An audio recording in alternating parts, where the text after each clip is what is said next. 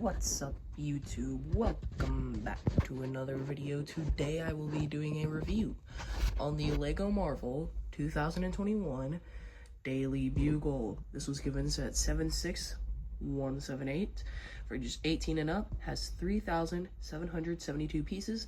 Comes with, I think, 32, it was either 33 or 35 minifigs. It'll run you about $350, but I was able to get it on Amazon for only $340. Without anything further being said, let's hop into the build. So starting off with the ground floor here, this will be bags, I want to say 1 through 5. You'll be working on the ground floor and the outer areas, such as like the pavement, the dumpsters, and the boxes. Again, this is a modular building, so on either side of the bugle, you will have Technic pin holders in which you can connect it to your other sets, say your boutique hotel, or if you only do the Marvel modulars, your Avengers Tower or Sanctum Sanctorum. That out the way, with this initial segment, you'll be working on the ground floor and the taxi. I'm not going to be saying which minifigs come in which box because I don't remember. But yeah, getting a look into the interior here, not too many stickers for this initial floor compared to the rest of the build. You will be getting a fairly detailed interior with a soda machine. That was really fun to build. That was pretty cool.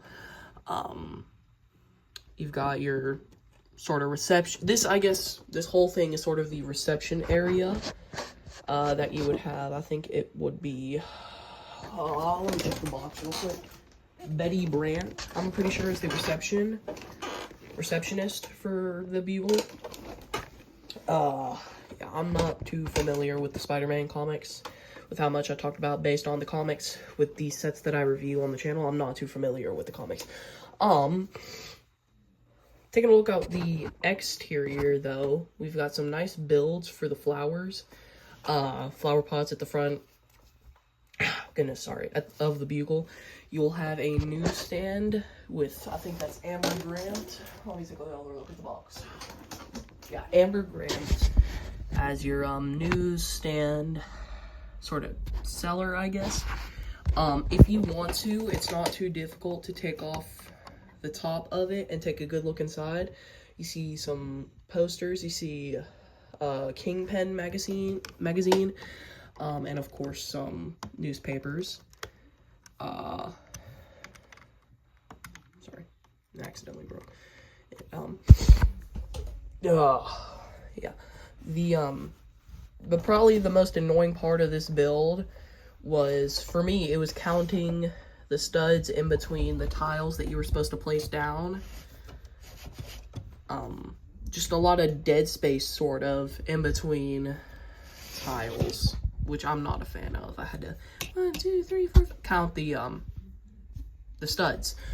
As you can see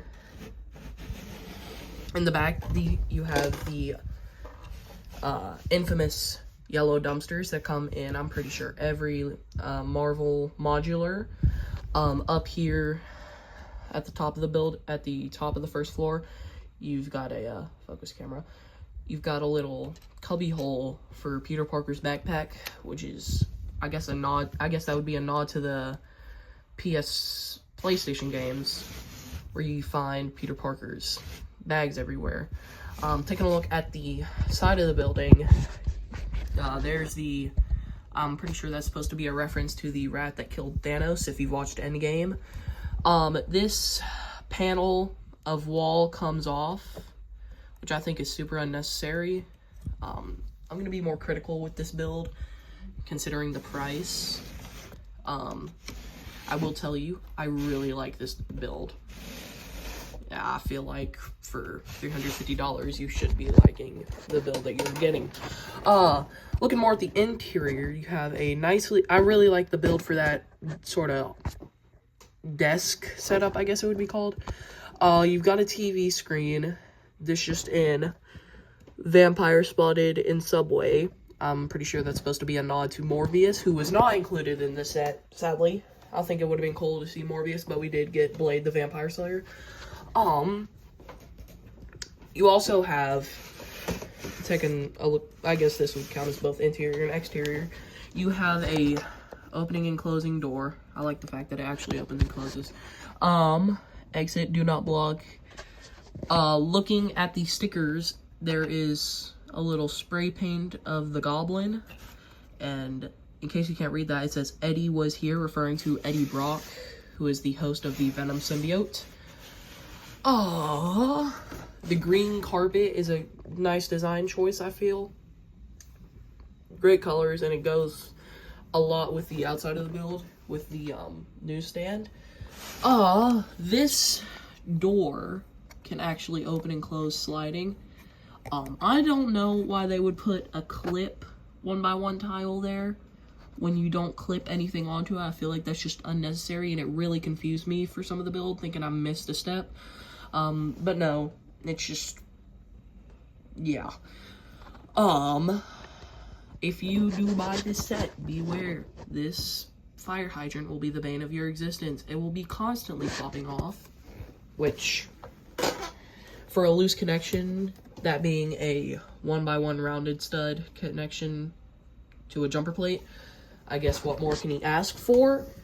But still, taking a look at the taxi that you also get for this section, it's a taxi, all right. Of course, you have your taxi driver, whose name I forgot. Bernie, the cab driver. That's what he's listed on as on the box.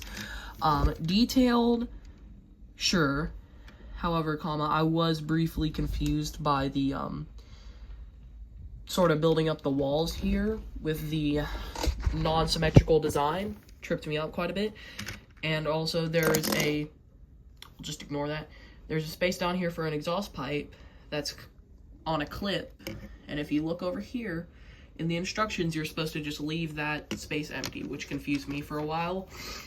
I'm sure the license is a nod to either the designer of the set or something in the comics. 99% of the time, if you see a combination of letters, numbers, and symbols on things like, on things like license plates or t-shirts, it's usually a nod to the creators of the set. Yes, indeed. I'm pretty sure that's it. Yeah. Overall, this only took about, I want to say 3 hours. The build itself, overall, for the whole set, took, I want to say, 16 hours. I stayed up late for 10 hours, decided to go to sleep, and then worked on it for another 6 hours. But yeah, that is the ground floor. I'll move on to floor 2. Moving on to floor 2, this would be sort of the office area for the workers that come in the set, that being Ben Urich, I'm not sure if I'm pronouncing that right, Robbie Robertson, and Ron Barney. Or I guess whoever you wanted up here. Just like the ground floor, this interior is very detailed. I'm especially fond of this sort of middle desk section. It's just very detailed. A lot of, I guess this would be greebling. Usually that term is used for the detailing on the outside of things like Star Wars ships. But yeah, very detailed interior. As you can see, you've got a nice little desk setup. You've got, someone apparently brought in donuts that day. Oh, nice. The one day you bring in donuts, and villains are attacking the Bugle. Coffee pot. I like the build for that coffee pot there. And a pink coffee mug. Over here, when you look at Robbie Robertson and Ben, you will see their minifigs, all right. I just sort of assumed who was supposed to go where based on, you know, the tone of the cups. The red cup matches his sweater. And this is just, I guess this minifigure in general is just kind of boring, but that might just be the character itself. That face is just giving boring vibes, so I assumed it was just a regular old coffee cup. If we take a look, I guess through the windows, if you can see it, okay. This desk setup over here has a lamp, stack of newspapers, computer setup. Again, very detailed. You've got a water machine back here, water dispenser, I guess. I like the design of that. What you'll notice is that every floor has an elevator on it, which is cool. And again, some newspapers mounted on the wall. This floor is actually where you start the fire escape, which you can't, I guess, necessarily put fully down until you've completed the entirety of this floor, considering the fact that, you know, this ladder that you're supposed to climb down, you have to have it either flat or folded up until you finish the build, which is something I'm not necessarily a fan of. I don't know how they would have done differently. Maybe start that on the ground floor. But yeah, I'm not necessarily a fan of that. The exterior, other than the front panel, is not detailed really at all, other than the fire escape. It's just the gray building with the window panels. So there's nothing really to talk about of the exterior, unless we're moving to the front panel, which we are. I like the fact that you can take off the front panel of all these floors going upward. Every floor, except for the ground floor and the roof, you can take off the front panel of. I'm assuming the ground floor because it would be stability issues, and the roof because it has no front panel, I guess. Yeah, moving on to these TV screens, you'll see, I guess, the lore of this set. Quote, earlier today, breaking news, villains promise to stop being bad guys. Can they be trusted? Considering the destruction and chaos that the Bugle is in, absolutely not. A little nod here to the Scarlet Spider. The fact their clone pandemic out of control. There's also Dr. Curtis Connors, who is the Lizard in the comics and the Andrew Garfield movies. I have no idea who Professor Miles Warren is. That's probably of importance in the comics. And then if you move around to the side here, you've got a clear panel with the sticker "Vote for Osborn" for mayor. Goblin. Yeah. That is floor 2. I'll be moving on to floor 3. Moving on to floor 3, this would be the office area for J. Jonah Jameson, and I watched a review of this on M&R Productions channel. Go check him out. He's an awesome YouTuber.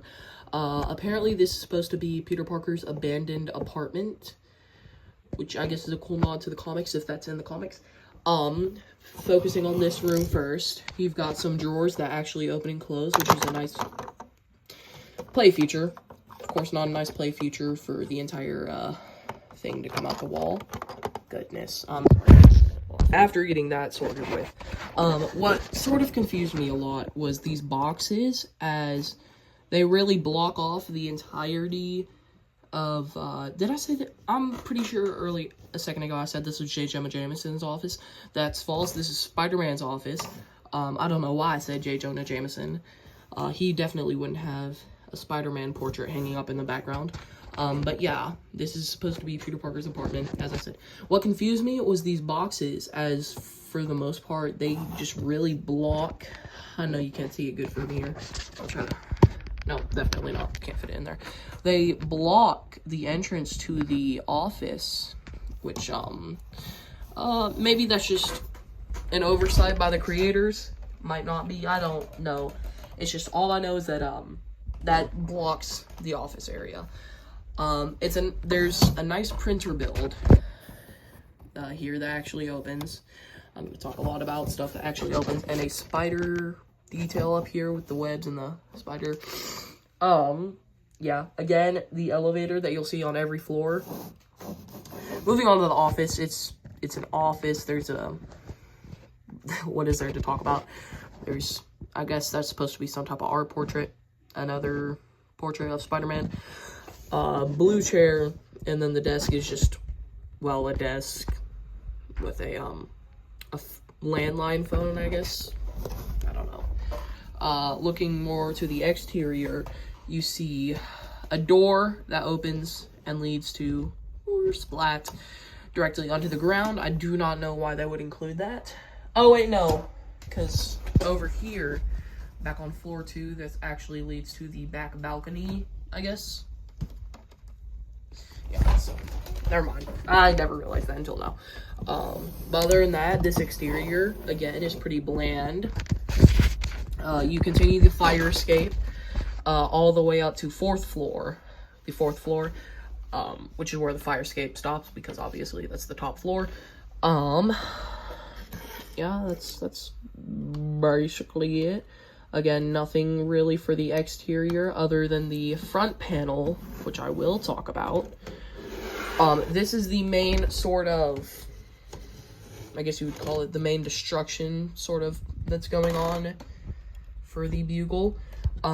Spider-Man and Venom aren't in the instructions placed there, but I put them there for looks. You do have in the instructions, it tells you to put the Green Goblin bursting out of this window with the window fragments going everywhere. I personally really like that detail. However, it was sort of difficult to assemble. And a nice feature is that theoretically, if you wanted to, you could, I assume with no modifications and extra pieces, you could probably just fold these down and maybe break apart this sub build and repair the front panel if you're into modifying your builds. I am not. But if you wanted to, I'm pretty sure you wouldn't have to buy any extra pieces and the option would still be there. Moving on to the 4th floor. Moving on to the 4th floor of the Bugle, I'm going to start with the exterior. Only thing of note, really, is, well, first, again, you continue the fire escape. Goodness, that was a recurring thing throughout floors 2 through 4. But the main exterior bit is on the back of the building, where you have this torn up, billboard, sort of a J. Jonah Jameson quote, just the facts with J. Jonah Jameson. Up here on this AC unit, it confused me for a while how to attach this. This is, depending on the time that you're watching this video, this is actually the neck piece that they used for the new Oscorp building set for the Kraven minifig, I'm pretty sure. When I was building this, the first thing my mind went to when I saw this was Kraven, because, that looks like the neck piece he would be using. Over here to the side of the exterior, the spider buggy. What confused me was I didn't know whether or not this was supposed to be a vehicle that Spider-Man owned, because he does have a lot of spider-related vehicles, or if this was supposed to be another Spider-Man variant. If you've watched, I'm pretty sure it was in Across the Spider-Verse, there was a dune buggy variant of Spider-Man. Yeah. Or I guess, supposedly, it's in a sentient car that came to life. I don't know the exact specifications, but yeah. That's just something that confused me about this, because usually with stuff like that, like in the 2023 Avengers Tower, or I guess all sets that come with them, the dummy build is listed as a minifig on the top of the box when it's really just a build. So I don't think it's supposed to be the car Spider-Man. I'm pretty sure it's just supposed to be his spider buggy. The detachable panel, it's pretty boring. It's just a window panel with some, I'm pretty sure those are supposed to be flagpoles. I'm not quite sure. Over here on the elevator side, there is a TV playing the same ad you saw on floor 2, where it's talking about the Spider-Man clone pandemic. This is supposed to be Betty Brant's office, I'm pretty sure. If you look back, yep, Betty Brant. So I actually don't know who was supposed to be the receptionist for, floor 1. I thought it was Betty Brant. It might not be. But yeah, It's detailed, again, a nice desk, keyboard, futuristic-esque looking computer screen. Moving over here to J. Jonah Jameson's office. This whole floor briefly confused me when building the chairs, because if you look back on the other chairs, it is a 2x2 circular tile that you attach to a jumper plate, but these have multiple 1x1 circular tiles, and you attach the corner to a jumper plate, which confused me briefly, because I was sitting there looking, oh my gosh, where's the 2x2? When in reality, you needed 4 1x1s. Looking at J. Jonah Jameson's office, there's a stack of newspapers and envelopes, I'm assuming. The desk, again, it's a desk. It has the same futuristic screen as this office over here. In the back, you see 2 trophies, a mug, and I'm pretty sure that's supposed to be some type of geode, possibly a nod to the comics that I just don't get. But yeah, that's really it, other than, again, there's that chair, which used the same 1x1 building technique for the bottom. But yeah, other than that, that's really just it. Up to the roof. So now looking at the roof, you see, well, it's the roof. You've got a cell tower, a water tower, and of course the Daily Bugle sign. Looking at the back of the build, you will see on the water tower that there are stickers of Miles' mask and another graffiti of the goblin. The same design as you saw on the bottom floor for the back exit door. Moving on to the sign, I like this use of parts to build the trumpets, I'm pretty sure it's supposed to be, that connects Daily and Bugle. I also like the techniques that they use to make the sign itself. It's all connected via modified 1x2 plates, but it might be modified 1x4 attached to 1x2. Moving on to the cell tower, you've got, the only real big detail here is the fact that on the back 2x2 brick, modified 2x2 brick slope, you've got a ventilation cover. Moving up the cell tower, you've got cell dishes, I'm pretty sure they're called. And moving all the way up to the highest point in the build, it's just a little radio light. It's the same design, I'm pretty sure, as you would see in the Avengers Tower. For as much as I've mentioned that set in this video, I don't own it, but I'm planning to get it soon. You will also be attaching, in the instructions, you'll be attaching your fire star here, which has a nice trail build. I like the design of it. If you're wondering why I have Doc Ock up here, it's because he wants the power of the sun in the palm of his hand. Little detail. Shh. Other than that, there's really nothing more I want to say about this. Yeah. To the outro. So, that was the review of the Daily Bugle. Overall, do I recommend buying the set?